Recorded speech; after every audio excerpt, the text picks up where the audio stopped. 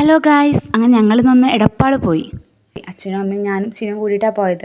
വിഷുവിൻ്റെ തലേ ദിവസമായതുകൊണ്ട് കുറച്ച് തിരക്കൊക്കെ ഉണ്ടായിരുന്നു. കുറച്ച് പർച്ചേസിങ് കഴിഞ്ഞിട്ട് തന്നെ വീട്ടിലെത്തി കുറച്ച് ലേറ്റായി.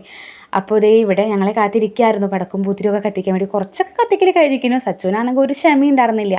അവൻ തന്നെയാണ് മേശപ്പൂവും തലച്ചക്രവും ഒക്കെ കത്തിക്കുന്നുണ്ടായിരുന്നത്. പൂത്തിരിയൊക്കെ കത്തിനേക്കാളും ഇഷ്ടമായിരുന്നു പടക്കങ്ങൾ കത്തിക്കുന്നത്. കൊടുക്കാത്തതുകൊണ്ടാണ് കത്തിക്കാൻ ഒരു പേടിയില്ല.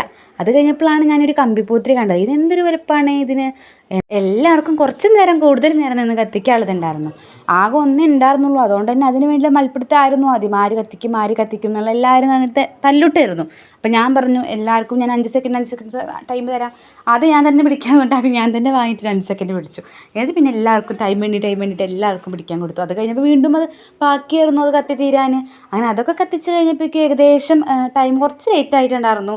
പിന്നെ ഒരു 2-3 പടക്കം കൂടിയും പൊട്ടിച്ച് കഴിഞ്ഞപ്പോൾ ഞങ്ങളങ്ങനെ വീട്ടിലേക്ക് പോയി. വീട്ടിലാണെങ്കിൽ കണിയൊരുക്കലും കാര്യങ്ങളൊന്നും കഴിഞ്ഞിട്ടുണ്ടായിരുന്നില്ല. എടപ്പാൾ പോയി വന്നപ്പോഴാണ് നമ്മൾ കണിക്കൊരുക്കാനുള്ള സാധനങ്ങളൊക്കെ വാങ്ങിച്ചിട്ടുണ്ടായിരുന്നത്. പിന്നെ പടക്കും പൂത്തിരിയൊക്കെ കത്തിക്കാൻ പോയതുകൊണ്ട് കണിയൊരുക്കൽ നടന്നില്ല. പിന്നെ തിരിച്ച് വന്ന് നമ്മളിതേ കണിക്കുള്ള കാര്യങ്ങളൊക്കെ ഒരുക്കുന്നുണ്ട്. ഏകദേശം കണിയൊരുക്കൽ കഴിഞ്ഞപ്പോഴേക്കും വിഷു ആയി എന്ന് പറയാം. 12 മണി ആയി ഉണ്ടായിരുന്നു ഞങ്ങളൊക്കെ എടുക്കുമ്പോൾ. വിഷു വിശേഷങ്ങൾ അടുത്ത വീഡിയോയിൽ കാണാം.